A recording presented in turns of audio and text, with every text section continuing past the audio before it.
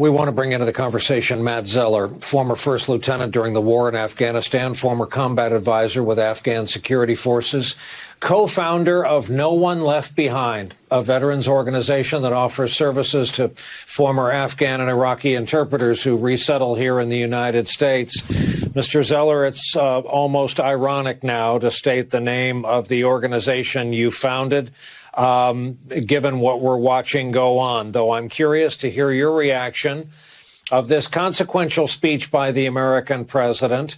Didn't run from it. He owned it. He owned his decision. He owned the fact that, as he put it, the buck stops with him. I hope he gets to own their deaths, too. I feel like I watched a different speech than the rest of you guys. I was appalled.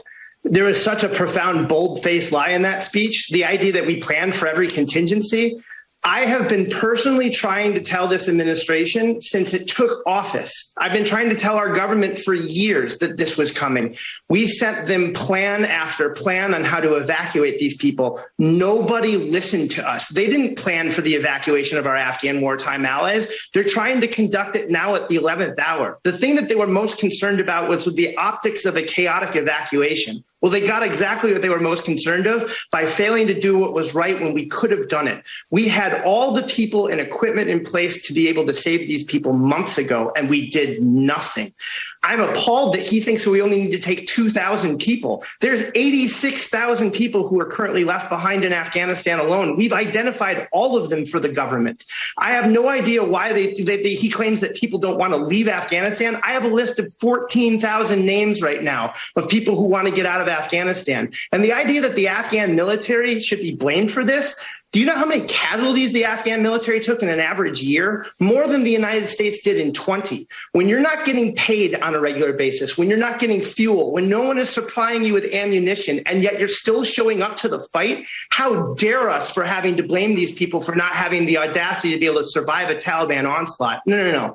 What we need to be doing right now, and what I am appalled that the president didn't say, was we need to be talking about how we're going to get every single one of these people out. Because let's be abundantly clear. People like me looked these people in the eye and made them a promise. We promised them that in their time of need, we would take care of them. How do you ever expect anyone to ever trust us again if we don't do that now while we can? And I'm sick and tired of trying to defer to the Islamic Emirate of Afghanistan on what we're going to do. We're the United States of America. They're terrified of us. I have Afghans on the ground right now who are telling me they're going door to door in Kabul and they're making lists of people who used to work with us. They're telling them with smiles on their face, evil smiles, that they're going to be back from them once we leave. So we either take them now or these people are going to die. I've been trying to tell anyone who will listen. This is a never again moment in the making. This is an administration that seems to be a profound champion and defender of human rights. Well, sometimes human rights have to be defended at the barrel end of a gun. The Taliban are a modern version of the Nazis. And if this was Dresden, do you think if this was Dunkirk, do you think British, yachting pilots, the British captains that were sailing their boats heroically into Dunkirk, do you think they were asking on the beaches if the people they were picking up were Brits or French? Or do you think they were just trying to get people away from the Nazis? Every Afghan we leave behind is going to be left behind to a horrible existence. And if we don't take them now while we can, that is as much on us as it is on the Taliban, who will hang or behead them.